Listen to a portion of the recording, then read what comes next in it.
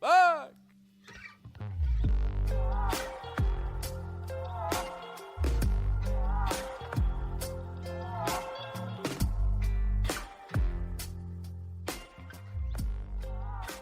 My name is Josh Miller. I own Riverstone Kennels, and I've been training gun dogs for more than 16 years. I have field trialed, I've hunt tested, but at the end of the day, I'm a duck hunter. You might find that the duck in our Duck Dogs podcast is spelled uniquely.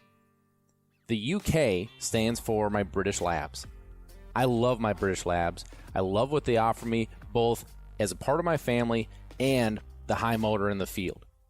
As you're going to find, I have some pretty special dogs.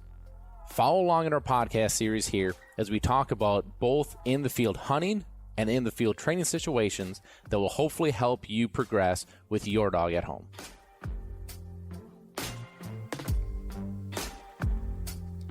Welcome back to Duck Dogs, everybody. I am your host, Josh Miller, and before we get going here, let's make sure we thank our wonderful sponsors that make this show possible.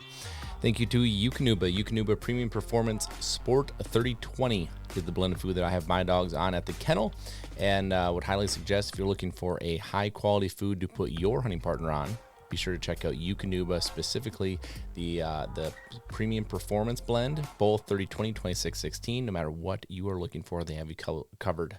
www.eukanuba.com.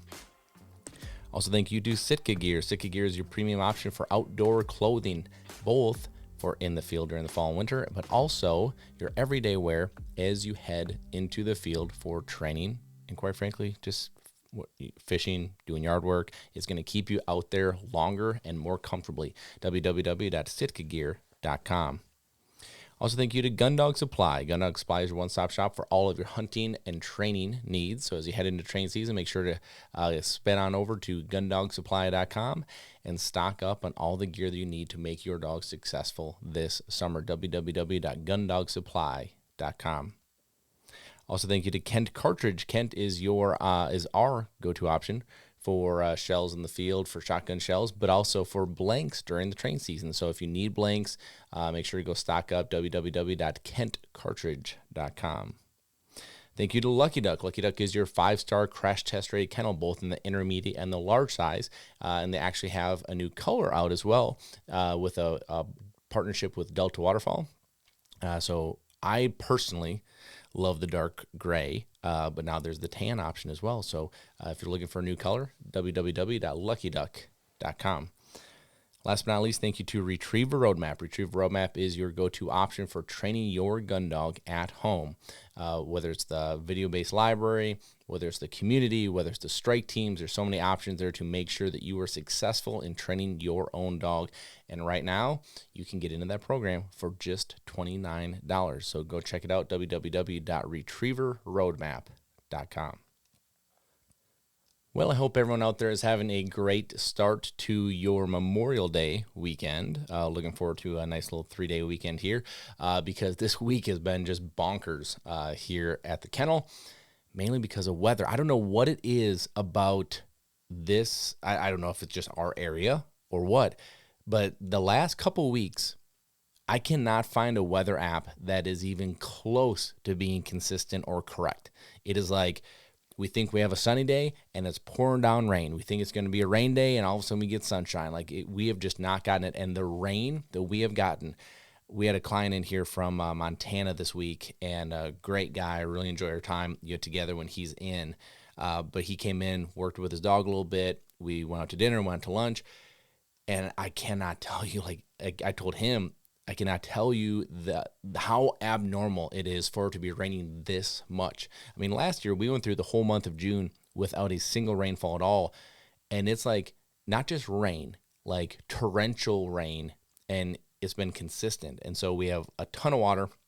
The backyard to the cabin here, which is where I do all the podcasting, kind of like slip away from the office, slip away from the day-to-day a little bit to be able to concentrate.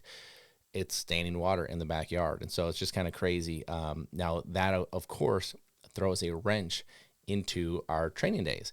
And so, schedules have to get moved, appointments have to get moved. It gets to be a mess. So it has been complete bonkers here this week. But you know what? There's a heck of a lot worse things in life.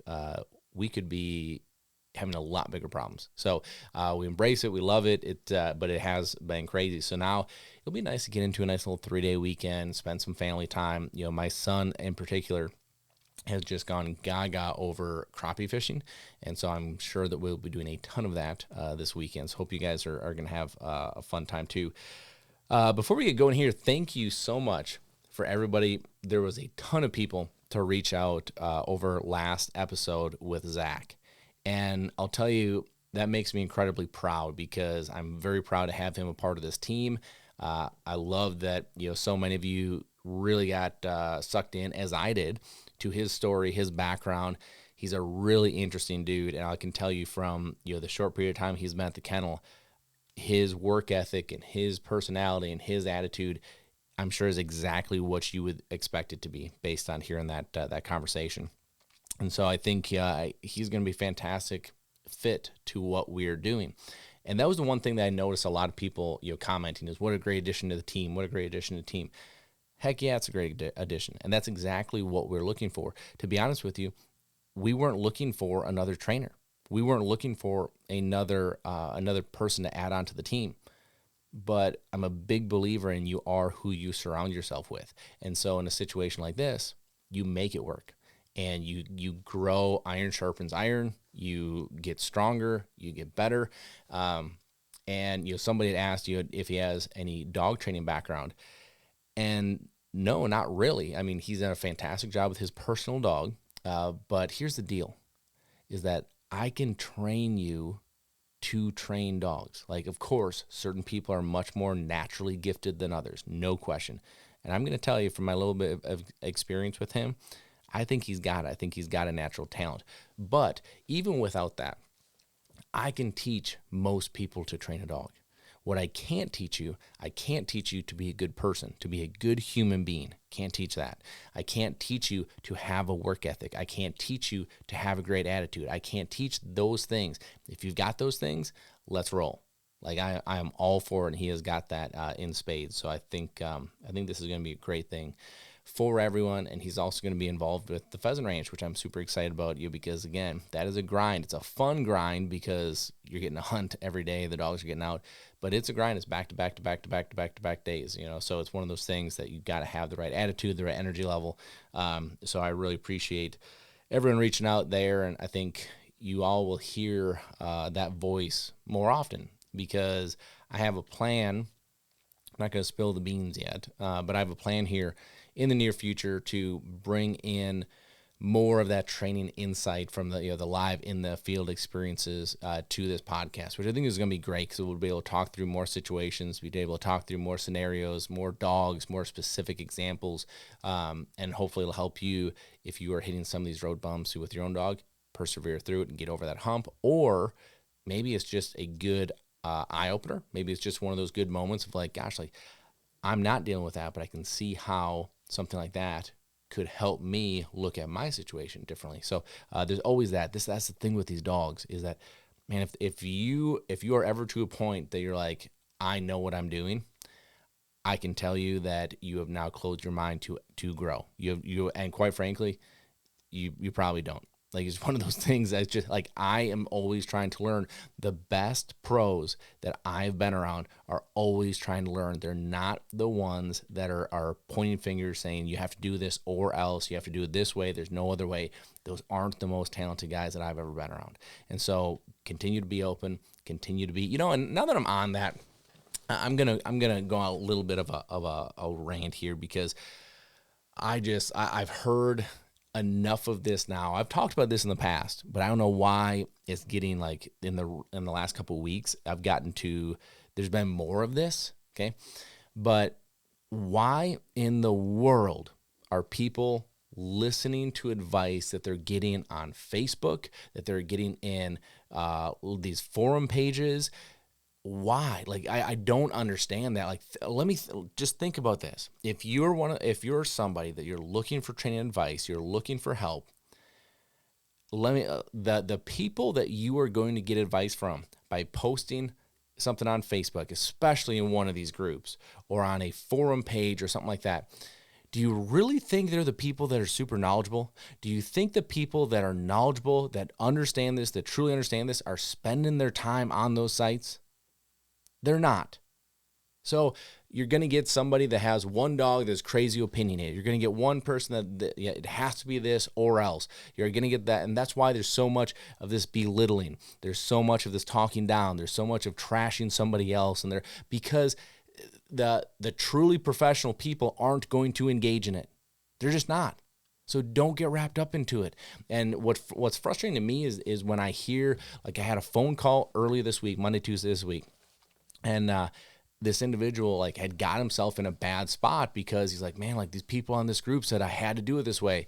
And I tried to follow their advice and I didn't know what I was doing. I was like, that's the problem right there, right? You tried to force, like then this was a heavy force method, tried to force something, but you didn't understand what you were doing, what you were looking at, right?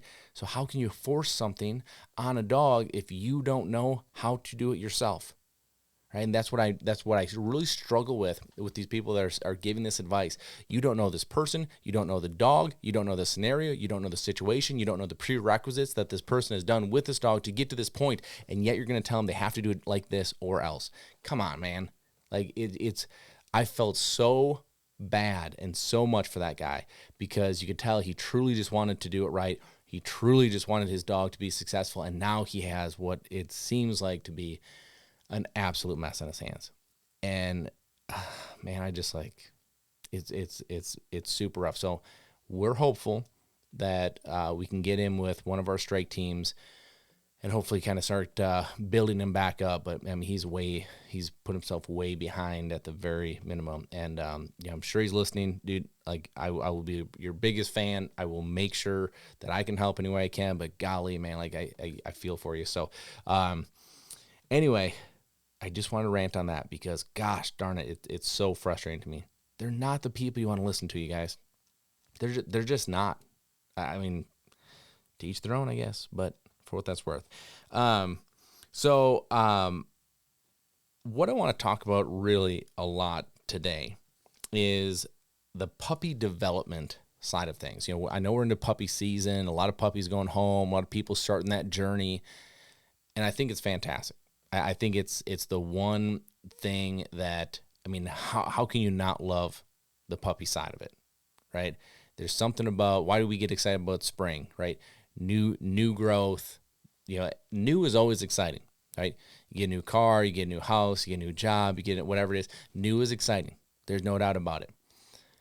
But there's a few things I've really been focusing on when I'm talking with specifically our clients that are picking these puppies up, or if I'm talking to people that are calling, maybe thinking about doing bird and gun intro, you know, with their puppy, like trying to get on the list, like, hey, I'm going to be picking up my puppy in a couple weeks, whatever it is. There's a few things I've really been trying to hammer home, you know, with these people. And I think this is just great food for thought, especially if you're in this situation or if you're going to be in this situation with the puppies. But probably one of the bigger things I've really been pushing is that these puppies are products of their environment. Genetics are huge. Obviously, breeding program, I truly believe that. I dedicate, you know, myself, Whitney herself, to the genetic side of it. It is incredibly and imperatively important. But they are also going to be products of their environment.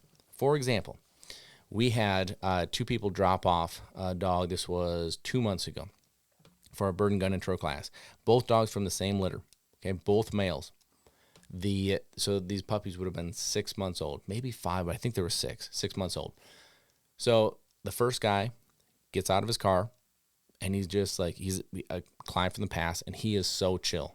He's just like super laid back, super chill. Everything is like almost not slow motion. That's the wrong way to put it, but he's just like super calm, like talks quiet, talks slow, talks calm.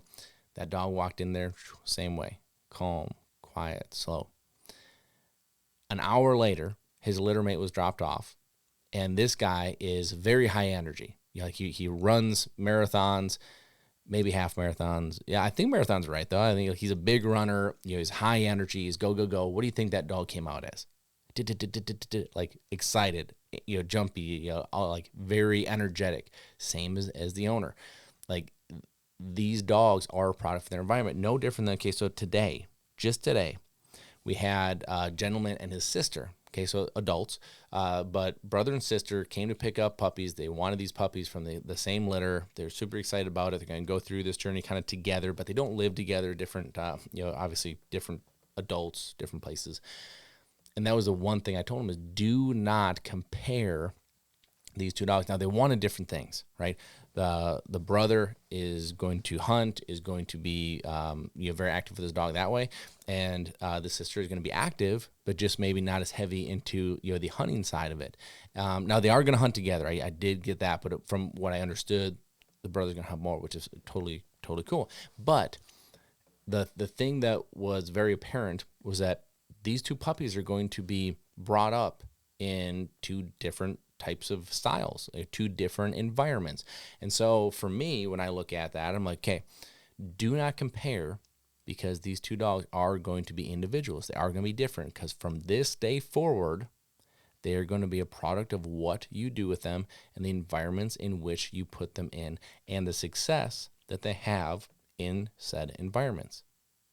So not comparing was a big deal. We have a puppy at home right now named Mac that we are holding on to. We have some clients who are great people, but they just had a personal situation that they just couldn't have the opportunity to take this puppy. And I think for the first 5 months or 4 months or something like that. And so we're holding on to the puppy. We're doing kind of that first little stage into bird and gun intro, and then they're going to take the puppy from there. And man, like I'm not, like, Whitney is a puppy person, no doubt about it. I'm not. Like, and of course, love the little guy, having fun with him, but I am way more the adult dog person. I want to go get work done. I want to do this. Like, I want that. Like the treat training and the puppy stuff, and like it's cute, it's fun, I get it, but it's just not me, right? Like, but it is Whitney, and so Whitney's really running with that and thriving, in doing that. But even for us, I'm like, man, like this puppy is going to have so much opportunity, right? So when we have someone like a litter mate, okay, so there's a gentleman that has a litter mate to this puppy that he's always calling, just being like, hey, what are the other puppies like? And Zach, who we talked about before, has a litter mate to the same puppy. Not a bad gift for the new employee, right? Like, hey, he's a brand new puppy that could be an absolute powerhouse for you. It's a solo puppy. Awesome. I know, best boss ever. Get it. But these two puppies are on site. So like this gentleman is like really interested, like, how are they developing? How are they going? And I'm just like, man, like, let's pump the brakes for a second, because these two puppies are going to have way different opportunities. Okay. So like Zach's puppy, because Zach's puppy is going to be here long term, right? Obviously, Mac, the little puppy I talked about, he's going to be about 6 months and gone. But Snoop, which was actually, whether Zach will admit this or not, I'm sure he would, that was definitely a Josh name. Like I think rapper names are the best male dog names. I just love it. So Snoop. And then, but he came up with a pretty awesome registered name. Hopefully I'm not spilling the beans anything for Zach, but at least what he was kicking around, what I had heard yesterday, was Riverstone's Drop It Like It's Hot. Like I think that's wicked. That's super cool. But, like that dog right there, think about the opportunities that dog is going to have in the first year and a half, 2 years of his life. So that puppy is going to have access to birds, specifically pigeons, but birds the entire time. Going to have access to water, going to have access to technical ponds, going to have access to wingers, to launchers. He's going to have access to every tool that he could possibly imagine. He's going to have access to watching other dogs. He's going to have access to multiple properties. He's going to have access to group trainings. He's going to have access to hunt in North Dakota, in Arkansas, in Missouri, in Wisconsin. You see where I'm going with this? Like, don't compare your puppy to that, right? Like that puppy's going to have way more opportunity. All that we can do is like watch our bobber. Look at our bobber, our own dog being the bobber in this case, in case that was missed. Pay attention to ours. Like even though we might be fishing in the same pond, right? Let's focus on what we're doing, right? My line might be a different, I'm trying to make up an analogy as I go. Usually I feel like I'm pretty good at this, but like this one is kind of tough. Like I was going to say like, maybe my line is a different diameter, or my bobber's heavier. Maybe I'm not fishing with the same bait. I don't know. That's maybe a really poor. You get where I'm going with this, right? But what I think, so all of this brings me back to a quote. And that quote comes from, I believe it is a Denzel Washington quote. If it's not, I apologize for misquoting, but he was who I heard this from. Okay, and the quote is there is a longer part of this, but the part that really sticks out to me and what sticks in my brain is that without commitment, you'll never start. But more importantly, without consistency, you'll never finish. So why do I feel like that's so important and so applicable to what we're talking about right now? Because in that puppy moment, there's all that new, right? There's new energy, there's new excitement, there's new everything. Zach is a great example of this. Zach's going through all of that right now at the kennel. So without commitment, you'll never start. So he started, he committed, he moved, he took the job. You committed, you got the puppy. That's great. That is the first route. You'll never start without having that commitment. But without the consistency, you'll never finish. So Zach, if he can't keep this energy, this work ethic, this the determination, the follow through, everything he has, well, maybe this isn't something he does long term, right? For the puppy, Zach, if you're listening to this, don't worry, dude. Like I'm not saying, maybe I'm trying to put a little fear in you. I don't know. But the puppy side of it, okay, the puppy side, without the consistency, you'll never finish. So what do we mean by that? So all these puppies are going to have different routes, right? Different roads. But you have to stay consistent if you're going to get to whatever your finish line is. So if all of us started, if 5 of us had puppies, and we're all like, hey, we're all going to get these dogs all the way through advanced handling. We want them all running 200-yard blind retrieves. Okay? Well, if you're not consistent, it's the commitment, everybody committed, but if you're not going to consistently work towards that goal, you will never get to that finish line. Don't let the new wear off. Don't let the new wear off and back off or get distracted or allow you committed, but you're not going to get to where you want without the consistency. The commitment's a big first step, but you need to now be consistent with that follow through and with that work to get the dog to the finish line. That is a good wake up call, even if you don't have a puppy. Okay, you have a year-old dog, you have a 2-year-old dog, you have an 8-year-old dog. This is still good stuff to have in your mind. You need to keep the consistency. This time of year, probably more than any. We're coming out of winter. You don't have the weather as an excuse anymore. We're going into spring. We're going into summer. It will be fall before you know it. So it is Friday, May 24th as I speak on this through your speakers.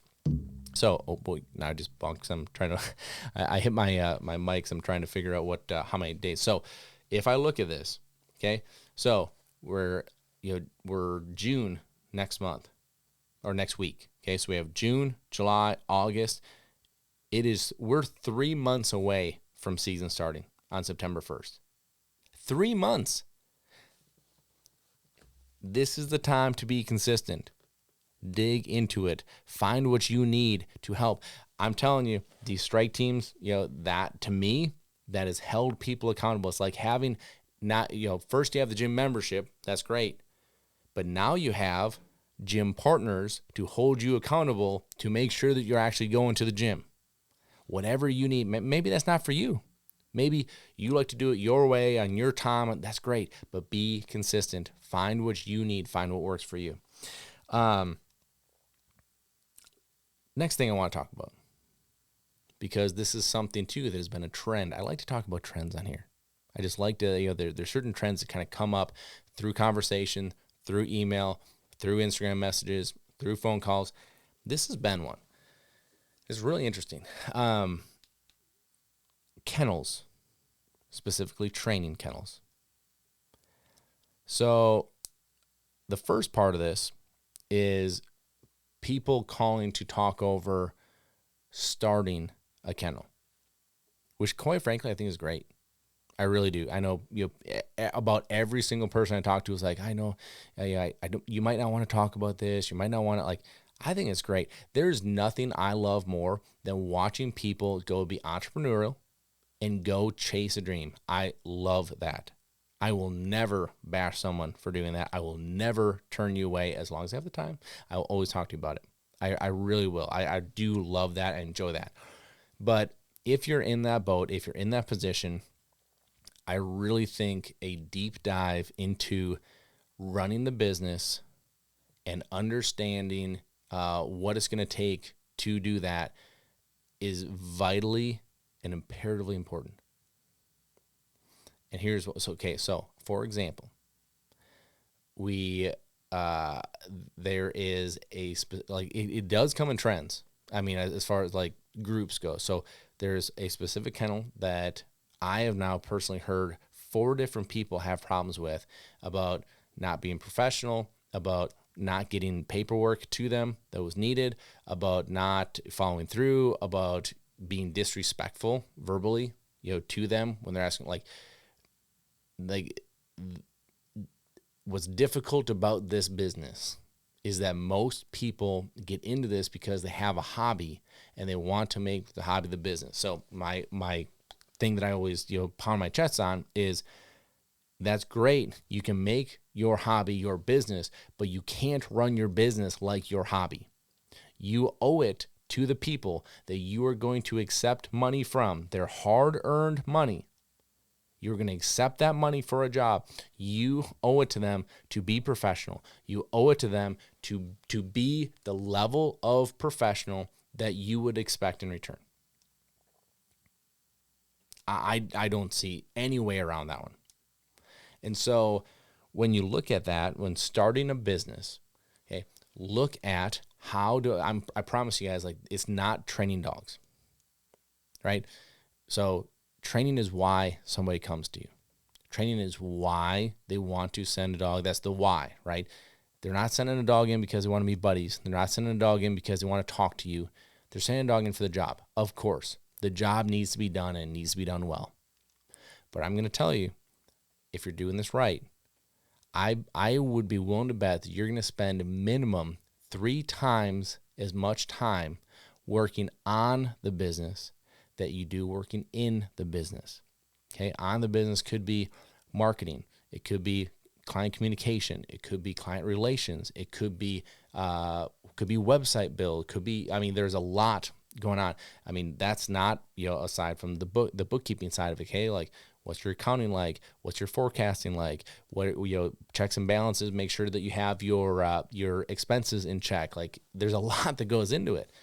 The training the dogs, like, if all it was going out and train dogs, gosh, you'd have everybody doing this thing because it is the best job in the world as far as I'm concerned.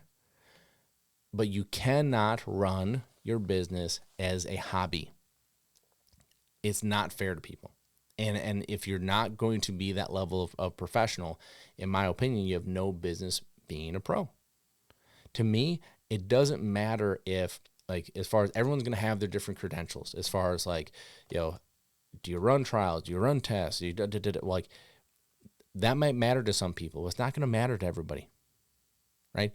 Are you a professional? Do you follow through? Do you do what you say? Do you go above and beyond? Do you make a great example? Do you make, like, there's so many things that need to be done from a professional standpoint. Please look into that.